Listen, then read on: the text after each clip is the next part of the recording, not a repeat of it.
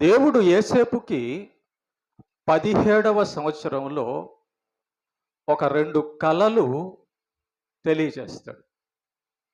ఆ కల ఏంటంటే, నీ అన్నాతమ్ముళ్ళు, నీ ఇంటివారు నీకు నమస్కరిస్తారు అనే కల దేవుడు 17వ సంవత్సరంలో యోసేపుకి చెప్పుంటాడు.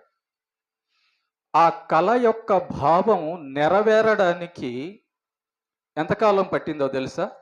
సుమారు 13 సంవత్సరాలు పట్టింది. ఆ కల, దేవుడు చెప్పినటువంటి కల నెరవేరడానికి సుమారు 13 సంవత్సరాలు పట్టింది.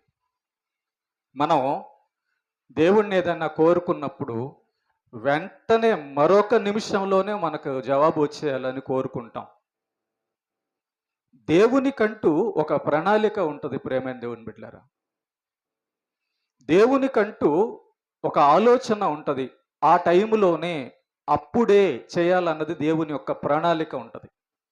కనుక మనం దేవుణ్ణి ఎప్పుడు కూడా అపార్థం చేసుకోకూడదు, దేవుని మీద విసుక్కోకూడదు, దేవుణ్ణి తృణీకరించకూడదు. మనకు మేలుకరంగా జరిగితే ఏమో దేవుణ్ణి స్తుతించడం, మనకు ఇబ్బందులు కలిగినప్పుడేమో దేవుణ్ణి మీద సనుక్కోవడం అనేది చేయకూడదు.